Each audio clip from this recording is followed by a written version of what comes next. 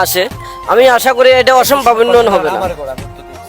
আচ্ছা ভাইয়া, এই প্রশ্নটা আপনাকে করলাম যে আমরা এতগুলা মানুষ এখানে আসছি, তা তুমি আমাকে প্রশ্ন করো ভাই, আমি যে ওনাকে ইন্টারভিউ নিতে চাইলাম, আমি খুশি কিনা উত্তর দিচ্ছি। তাজু ভাই কি বলছে, ভাই আপনি কি খুশি? আপনাদের এলাকাতে এসেছি, আপনি কি খুশি? কারণ তাজু ভাই বলছে যে আমাদের শহর এলাকায় যদি আসেন তাহলে তো আমরা খুশি হব, শহরের মানুষ খুশি হব। উনি টাকা পয়সা চায়নি, কি কথা বলেছে, তার কত বড় মন উদার।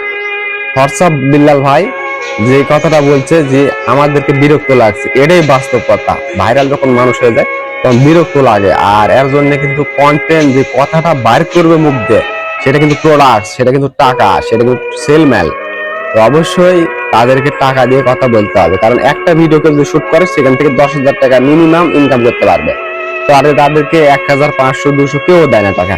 অবশ্যই টাকা দিয়ে ভিডিও তৈরি করতে হবে, আমি সহমত।